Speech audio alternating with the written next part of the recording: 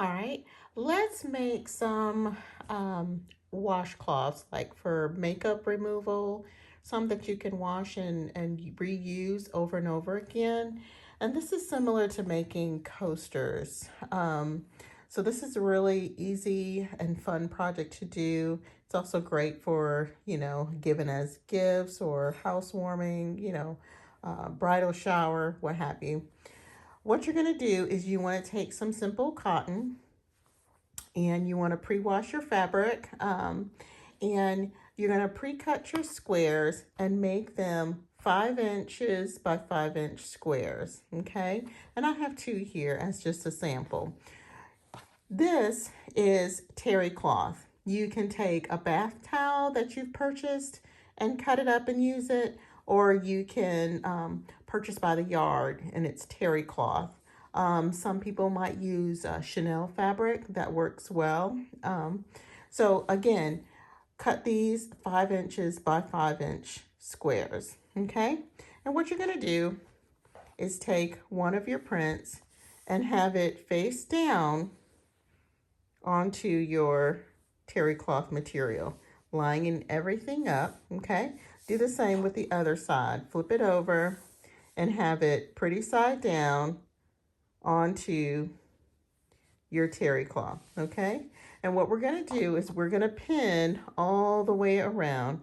We're gonna leave an opening in the bottom, about 3 fingers width is good, okay? And what I like to do is I like to put a double pin in my opening area so that if I'm distracted, I can see, oh, I need to stop there, okay? So just put a few pins in or whatever it is that you need, that you're most comfortable with, and do that all the way around, okay?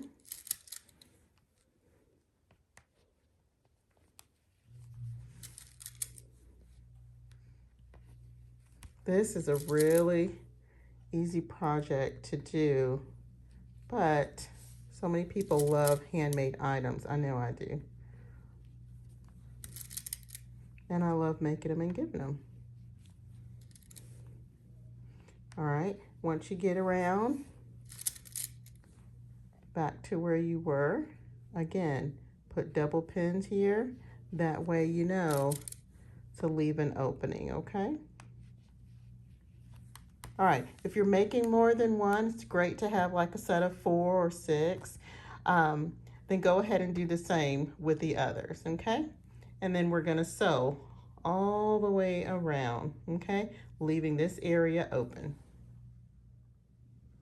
Okay, we are gonna do just like a 3/8 of an inch seam allowance. We're gonna line up to where our first double pins are right here. And we're going to take those out, lower our presser foot, and we're gonna stitch all the way around. Remember, don't forget to reverse in the beginning. So stitch about 4 times and then go backwards over those same stitches. Make sure you leave yourself some room in order to pivot and land where you need to be. Keep your needle down. We're gonna turn and we're gonna keep on going all the way around.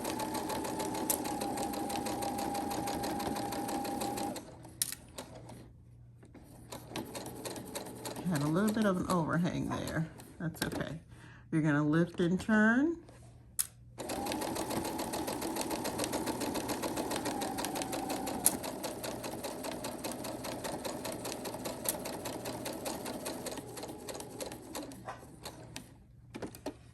All right, see how this happened where I have a little bit of an overhang for turning? So what I do is I just turn back and I'll just do one more stitch. And now I'm perfectly lined up.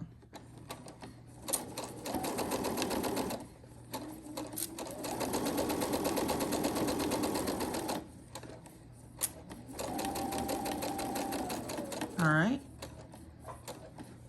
we're gonna lift, we're gonna turn, and we're gonna come to our double pins here and we're gonna reverse. All right.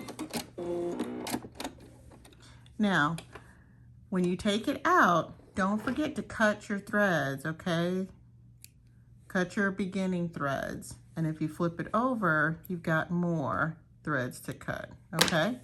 All right, take your scissors. We're gonna cut our corners so that our corners aren't so bulky when we turn it. So what you're doing at about 45 degree, you're gonna do a cut. Don't cut your stitch line, otherwise it's gonna fall apart on you, okay? So cut those, and then what you're gonna do is where you left your opening, go ahead and flip it. Oh, this terry cloth feels so soft. Poke out your corners with your finger about as much as you can. And then grab that chopstick that we love, okay? It's nice and handy. And what you're gonna do is poke out those corners. See how we're poking out those corners? Poke out those corners.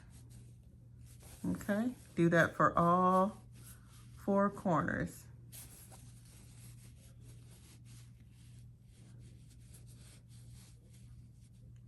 All right, and then once you've gotten it poked out, now what we're gonna do is we're gonna do a top stitch all the way around, but before that, let's press it so it lays nice and flat. Where that opening was, let it turn in naturally. See how it's just turning in naturally? Let it turn in naturally, and you're gonna press it, okay?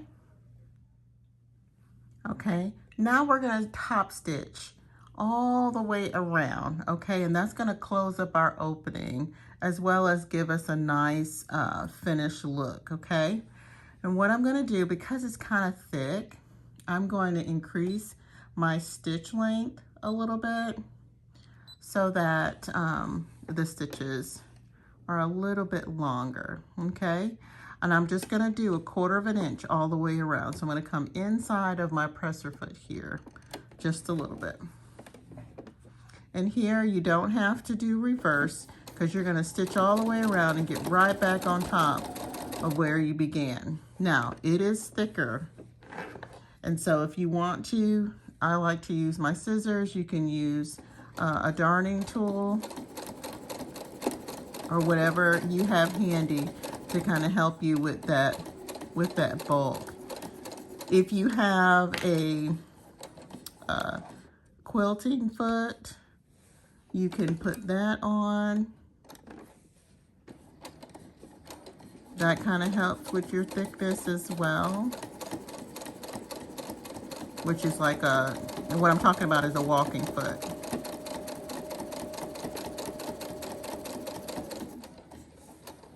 And never push your fabric, always pull from behind, because what can happen is your hand will slip, and guess what? It'll get up underneath that needle.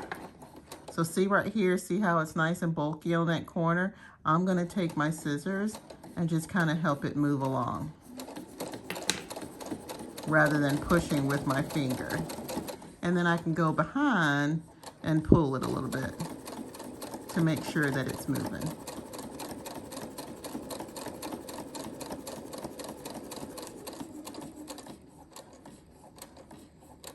I remember I had a student once who was rushing, trying to get a quilt done, and she ended up pushing her fabric, knowing that I always teach, don't do that. And bless her heart, her finger slipped and got up underneath that needle, and the needle broke off on her finger.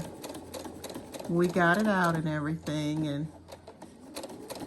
but she still wanted to finish her quilt.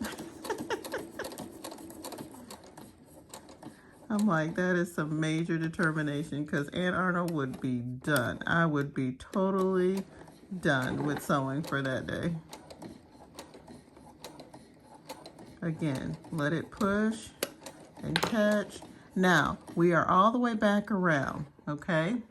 So right here, we're gonna get right on top of where we began, and then we'll reverse. So go about 1 inch over it, and then reverse. Look at that. Cut your threads.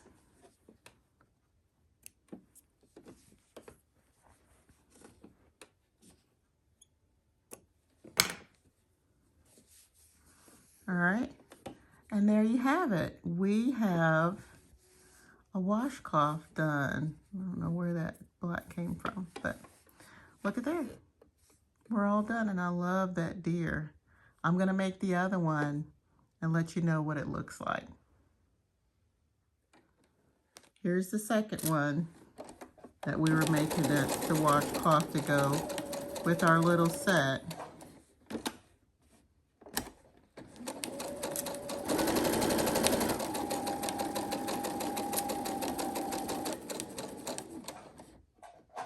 This one is a plaid. Plaids can be funny because sometimes they're not straight on the bolt. And that can, I know it drives me a little bit buggy, but so be forgiving to yourself if you use plaids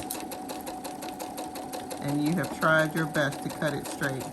I can't say that's what I did for this one. I did not look at the lines whatsoever. This was just a sample. So I didn't put too much thought into it. All right, I'm back around to where I had begun. I'm reverse stitching, and then I came out,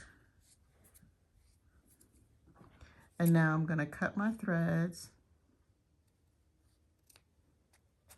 on the front and on the back here.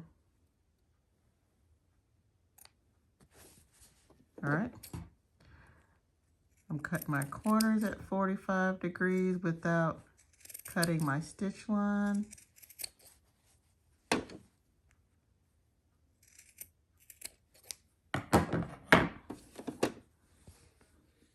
Let's flip it and see what it looks like.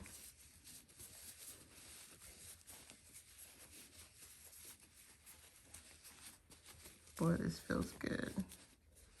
This is gonna feel good against your skin as well. Let's poke out our corners.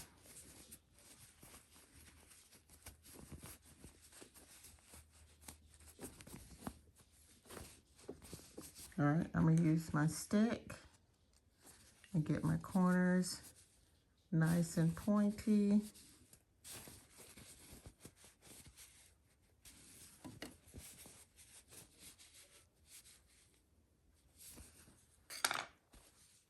All right, I'm gonna press it.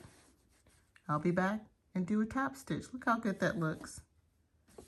I love that. Okay, let's top stitch. Again, 1/4 inch all the way around. You don't have to reverse. We're gonna get right back on top of where we began.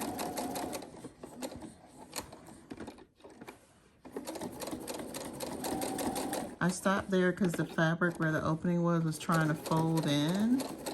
And when that happens, you want to stop and keep it flat.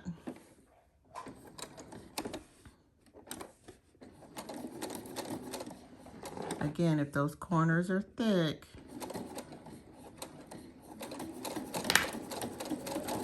use a tool that can help you push it along. And then go in the back. You can pull as well. Oh, these are going to be so fun.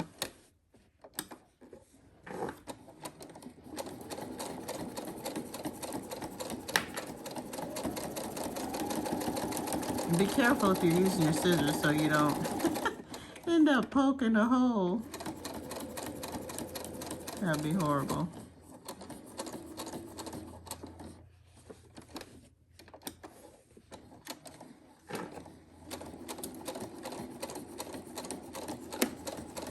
And not only that, make sure you don't hit it with your needle.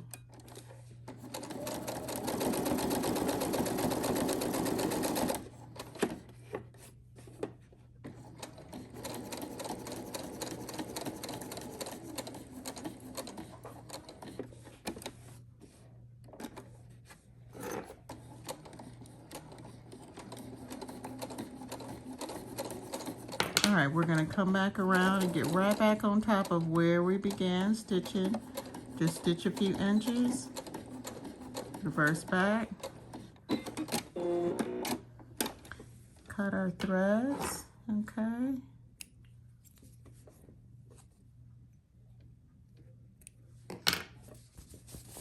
Fluff it up a bit. Look at there. We have a little set. How cute is that? We have a cute little set.